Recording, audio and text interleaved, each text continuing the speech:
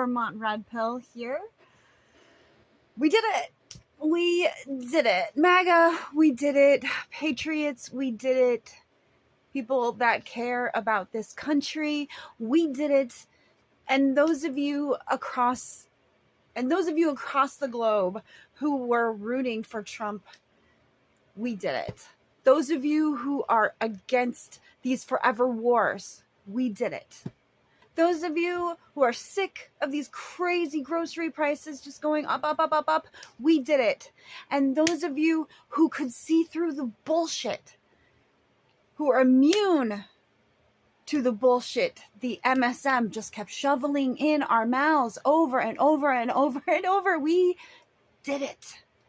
It happened. Trump won. I don't know about you, but I stayed up super late because I did not want a repeat of what happened in 2020. As we all remember, Trump was winning by a lot. He was winning bigly everywhere in 2020 until 6 swing states, I think it was 6, maybe it was 5, swing states decided all at the same time to stop counting ballots. And then, interestingly enough, after everybody had gone home and some big trucks full of magical ballots just arrived at all of these different locations in the swing states, started counting the ballots again at 3 a.m. I went to bed around midnight in 2020 because they stopped counting ballots in these very important states around 10 o'clock, which was very, very, very, very weird. And even though Trump was winning, when I went to bed, I had the uneasy feeling in my stomach that something was going to happen and I was going to wake up to a nightmare starring Joe Biden as our president or future president. I was really scared that this was going to happen again. So I stayed up until 3 a.m.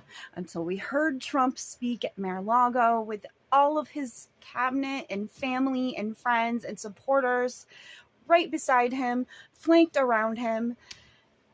It was an inspiring speech. It was another little bit of a recap about Elon Musk helping the people of North Carolina with Starlink communications so they could find each other and they could get the resources that they needed because the government wasn't giving everybody $750 for some reason. Like $750 is going to do anything. But if you were in North Carolina and you suffered, I don't know, the complete loss of your house, and you apply for the meager $750 that the government and Kamala said that she would give to you, you applied for it and you were denied, like so many. That's just an extra insult to you, isn't it? And that, I think, is why North Carolina went solidly for Donald Trump. And for that, North Carolina, thank you. Thank you for caring.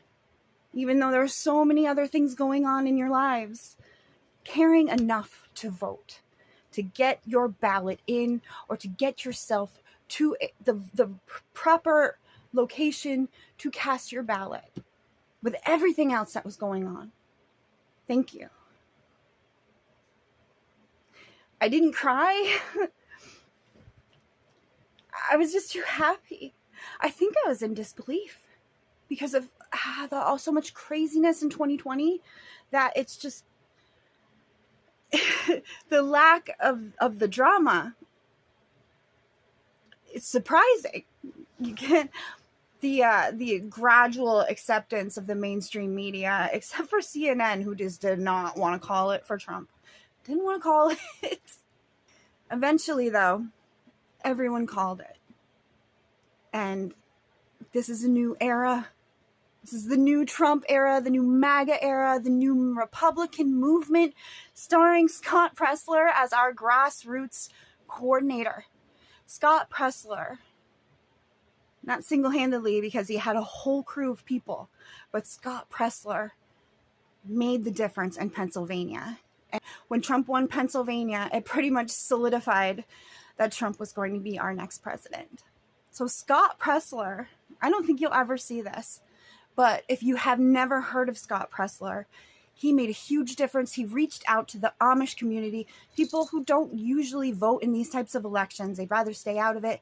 He reached out to them. I believe he got over 100,000 people from the Amish community registered and made a huge deal in Pennsylvania and Bucks County.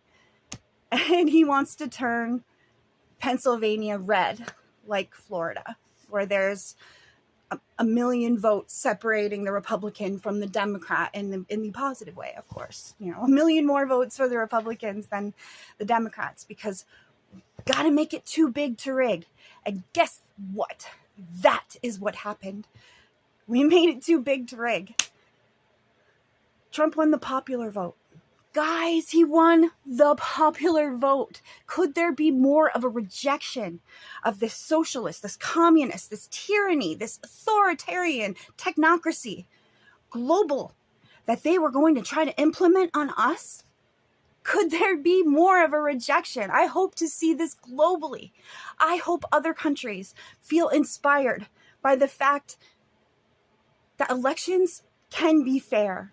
And they can speak for the people. And even though Kamala won Vermont easily, I think, I don't know, it's another 70-30 split, right? I think maybe we got 2% more for Trump, but that didn't matter. What really mattered was down the ticket. And Vermont flipped a lot of seats to Republican, which got rid of the Democrat supermajority. It can be done, guys. California, I'm looking at you. It can be done. I wish that I had done more to help flip these seats. But I'll tell you what, I am inspired to help our midterms. I do want to get out there. I do want to win for them. I do want to knock on doors. I would love to see Vermont Red Pill get bigger and spread and help inform other Vermonters in this area, as well as skeptics and former liberals. You are not homeless anymore. You're not politically homeless. You are welcome in MAGA. I welcome you with open arms. And if you voted Trump for the first time, good for you. You are my hero. And you know what, men? If you hadn't come out, I don't know whether or not Trump would be our next president. You really came through for people like me, like your mom, like your sister, like your best friends, all the women in your life, whether or not they know it. You're a hero. You voted for a better future. You didn't vote completely with your heart or your emotions. You voted with your head. And I really admire that. I mean, if you bothered to hear Trump speak and pay attention to who's in his cabinet, that's voting with your heart too. But it's really hard not to have fallen for all the propaganda. So men, I applaud you. And I think one of the biggest mistakes that Kamala made was to not go on Joe Rogan, was to not reach out to you, was to put ads for White Guys for Harris when it's clear that these were ads written by women. They were so cringe. They were so lame. Guys are all about doing things through action, not words. And the more words they put in their mouths, the more obvious it is that this is not an authentic movement. It never was. And you have people like Harry Sisson getting paid by the DNC to prop up people like Kamala.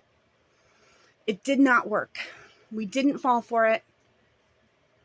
I'm so proud of you, America. Every man that stood up on election day and waited in line for hours sometimes, even to be discouraged and told you didn't have enough ballots. That happened in Pennsylvania. You stayed there and you fought.